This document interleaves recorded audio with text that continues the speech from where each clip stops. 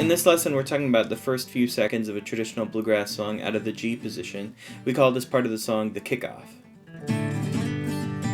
First, you need to know that major chords with no extensions are made up of 3 notes.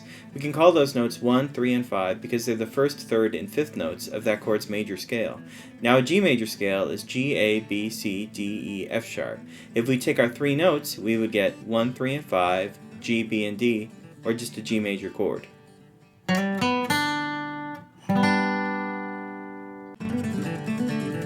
Another fairly standard assumption you can make is that the first melody note will be a chord tone of the first chord. So our first melody note will likely be 1, 3, 5, or G, B, or D if the first chord is G major. Now you can test those notes against your ear or against your voice to see if they match the melody that you're trying to kick into.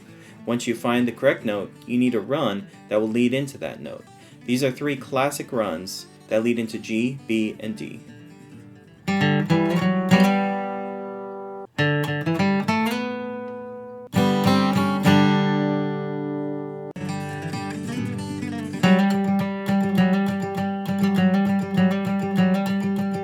Now what you just heard is called potatoes. You can use that to kick off a song on its own, or you can use a run to kick off a song on its own. But what's really cool is if you can combine the two. That sounds like this.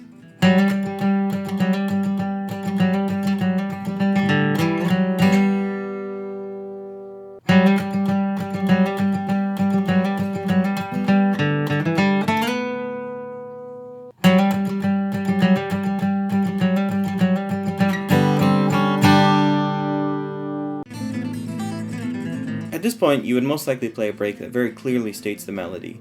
Now, if you're looking for transcriptions of fiddle tunes, I have some on my website at the tab store.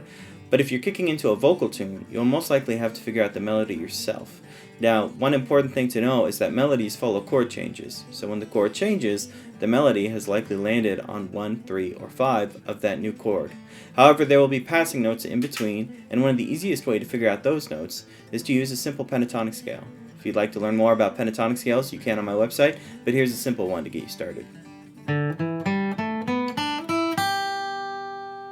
If you like this video, please subscribe for more content.